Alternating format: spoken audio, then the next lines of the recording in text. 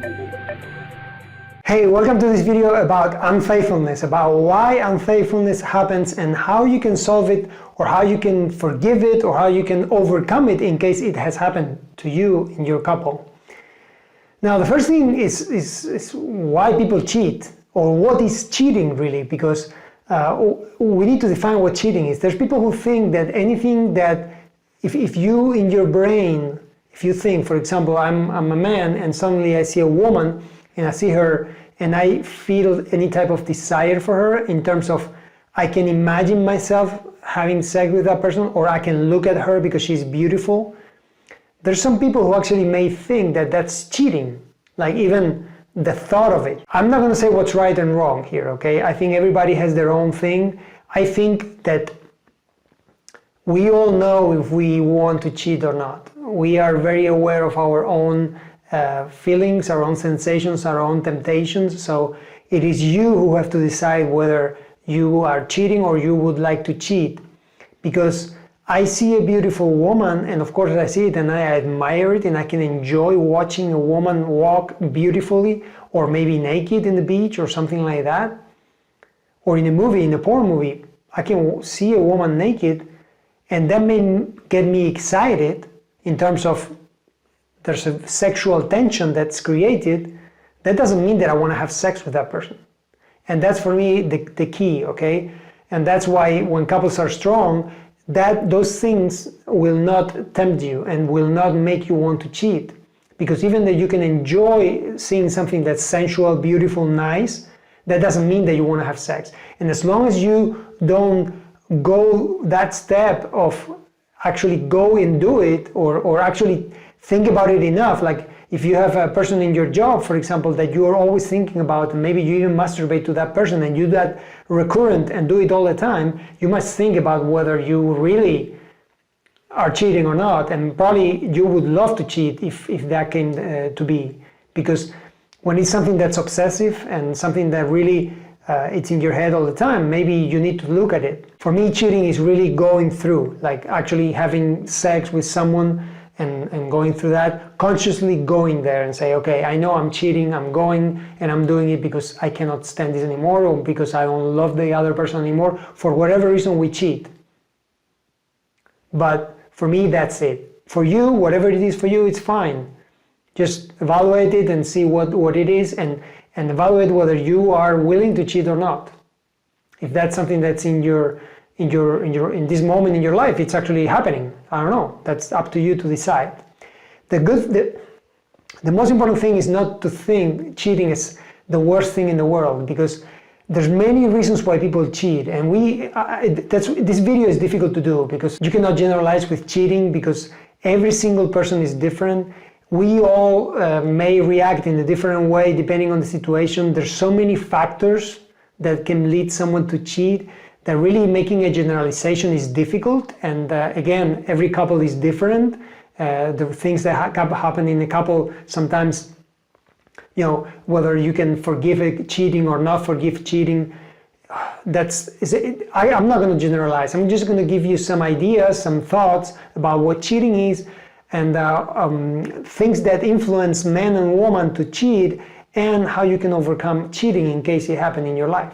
Many sex surveys say that about 40% of the couples have cheated sometime or somehow in different levels, but somehow they have cheated on their couple.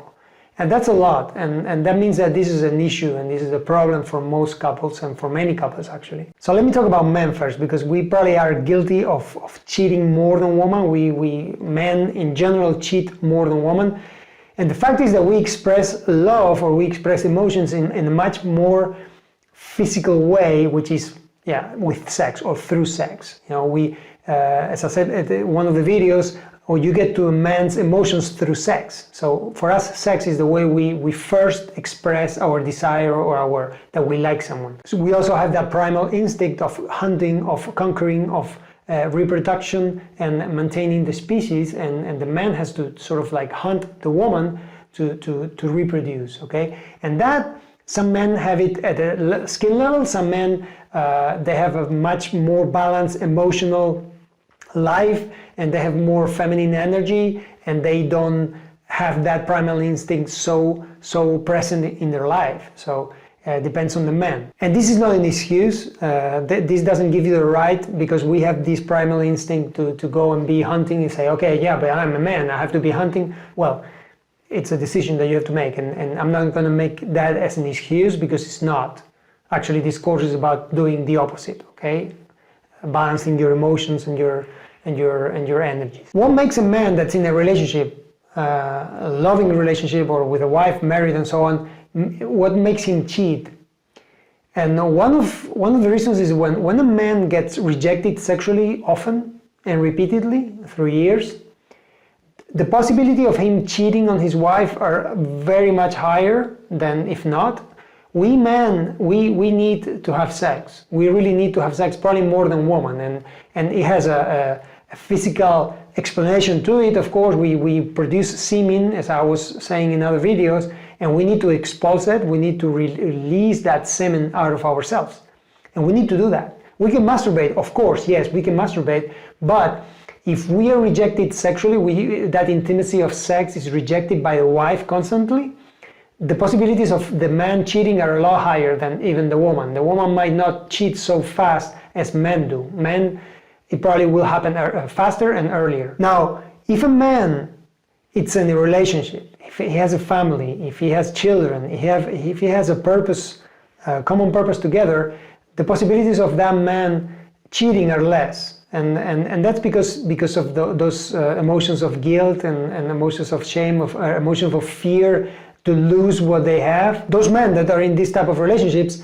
will be less likely to cheat. Now, this is in general. I'm not saying that this is always the same. I'm just making here some general rules on how men react in terms of cheating. So a man normally cheats because he's rejected sexually, most of the time, because he doesn't feel satisfied sexually. Women, on the other hand, normally cheat to fill an emotional void. To get to a woman's sexual life, you get to her through the emotions. Women are emotional beings, and if they feel ignored, they feel not desired, they feel left apart, they don't feel taken care of, they don't feel secure, the possibility of them cheating is a lot higher. Women hardly ever will cheat on a man just because they see a hunk with a perfect body, and they might feel like, wow, I get excited and suddenly I'm going to fall into temptation. Very hardly a woman that's emotionally stable and fulfilled will do that. Men, we could, not all of them, but we could do it more likely, because we are very visual and we are more primal in that way. One of the things that happens when a woman cheats, if a woman cheats, it's normally because they have come to the point of no return. They have gone to their limits, and refloating a relationship when a woman has cheated is very difficult, because when she goes past that point and she actually cheats, she takes that step forward, that means that the relationship is gone. Most of the time, okay? I'm generalizing here, but that's how it goes, because it's an emotional thing. And when a woman feels ignored and feels that she's not loved, she will take that step. She can take that step anytime. That's why it's so important to connect emotionally. This course is about that. It's about, for you guys, to connect with a woman. If you want to stay together long periods of time, that's how it works. So you need to connect emotionally. If a woman feels disconnected emotionally, she may actually take that step and cheat. And it's probably all over when that happens. Women seek certainty, love, and security in a relationship. They look for that, and if they don't have that, the possibilities of them cheating are high. Okay, so let me give you some risk factors that can actually lead people to cheat. And people who are addicted to drugs and alcohol are much more likely to cheat than other people. People who are previous cheaters are much more likely, 3 times more likely to cheat than people that have never cheated before. Anybody who has personality disorders or psychological problems, things like people who are narcissistic or neurotic, people who have a very low self-esteem and don't love themselves. This happens actually a lot with women. I've had many female friends throughout my life that really had a very low self-esteem. They didn't love themselves, they didn't like themselves, and what they did, they had sex with different people all the time. They were looking for that. They wanted to feel that attention from guys, and they went through and they went having sex with them just to feel validated, to feel like they were loved, and they confused sex with love, and these guys would use them, and afterwards, yeah, for a couple of hours they felt like the queen, but after that they felt so empty and so low. Actually, they went really down, and then they repeat that behavior again. They thought it will actually happen. It's very, very primal actually to do this, but many women do it, and happens much more than men. And of course, any type of addiction in sex, like being an nymphomaniac or a sex addict, will make you very likely to cheat, of course. Some of the reasons why couples cheat on each other, why people cheat when they're in a couple. One of them is emotional disconnection. When you're disconnected emotionally from the other person, it's very, very likely to cheat, of course, very, very easy to cheat. When there are low levels of compatibility, for example, as I said in the compatibility video, if you're not very compatible, the likelihood to cheat is very, very high. It's probably going to happen. Actually, it's going to make it all go bust. When there's domestic violence, if there's a man who's violent domestically, normally it's men who are more violent, the chances of him being a cheater are very, very high as well. When there are financial problems, this is a big one actually. Many people, if you're not, some people don't know how to manage emotions and don't know how to manage situations, like really difficult situations, and they use sex or they cheat as an escape from that situation. They think they're going to escape, and they escape for a little bit, but that situation has not gone. And some people don't know how to manage those emotions, and they go and cheat. So, you know, I say financial problems because that's one of them, but any type of problem that can cause you a big emotional turbulence can lead to cheating as well, depending on how you manage them. When there's disrespect, there's no admiration in the couple, when you feel that for the other person and the other person doesn't feel it for you, you know, serotonin is so important. That to feel proud and feel respected by the other person is so important in a couple. So when that's not there, the possibilities of cheating are very, very high. When there's unhappiness and dissatisfaction in the couple, when there's nothing there, you're always flat and there's no joy, and you're dissatisfied in general with your life, the likelihood to cheat is very high, because normally in that situation there's no sex in the couple. So it's very likely that one of them will cheat. Feeling unappreciated, not desired, or not loved, that's one of the main reasons why people cheat. Especially if a woman feels like that, very likely that she will cheat on you. Very, very likely. And there's lack of commitment and there's boredom. It's very related to the video on how to maintain your sex life alive. You know, it's if you're flat, if it's boredom, if you become bored of the relationship and you don't do anything to maintain it alive, you don't work on it, likelihood of cheating is very, very, very high. One of the things that can also lead to cheating is not understanding how a relationship matures. What I mean by that is when you grow, I mean, of course, a relationship is never the same. You're growing and you're evolving and you're changing all the time, physically and mentally and spiritually. So if you don't understand how then it's maturing, like, you know, sometimes this happens to men a lot, you know, that when they hit those 50 years old and they have this crisis, you know, they want to be young again, and they're with a wife which may be 50 as well, and now they want to be with a younger person, thinking that will make them feel younger and so on, and that can happen for a little bit, but it's not probably going to make you very happy. Chances are not going to make you very happy when that happens. So not understanding how the relationship matures, and that you have to grow together, and that love grows and sex grows as well and develops into a new type of sex where it's more about connecting, more about feelings, sensations, emotions, not so physical anymore. When you don't understand that, chances of cheating, especially when men hit that crisis, are very high as well. When we don't accept our age and our body, that has to do again with that, when you get that crisis of the 50, you know, when you don't accept that your wife, it's 50 years old now and she looks different than when she was 20, but now you're looking to this 20 years old and you're like, you know, that's first of all, it's not very sane, and secondly, You have to accept your age, and that's it. And we are 50, and try to be as good as you can, that for sure, and the wife as well. We have to be, but we have to accept that we change, and the body is not going to be the same. Another reason that some people actually do cheat is because they want to revenge on the other person, and this is quite sick in my opinion, because cheating on the other person to seeking revenge for something that they did to us, it's very low, very, very low. If someone has hurt us, we need to, first of all, we either accept that happened and forgive, and if the other person feels sorry for what happened, and recover that, and not say, okay, you did that to me, I'm going to do this to you. That's a very bad way, and it's the first step for finishing everything.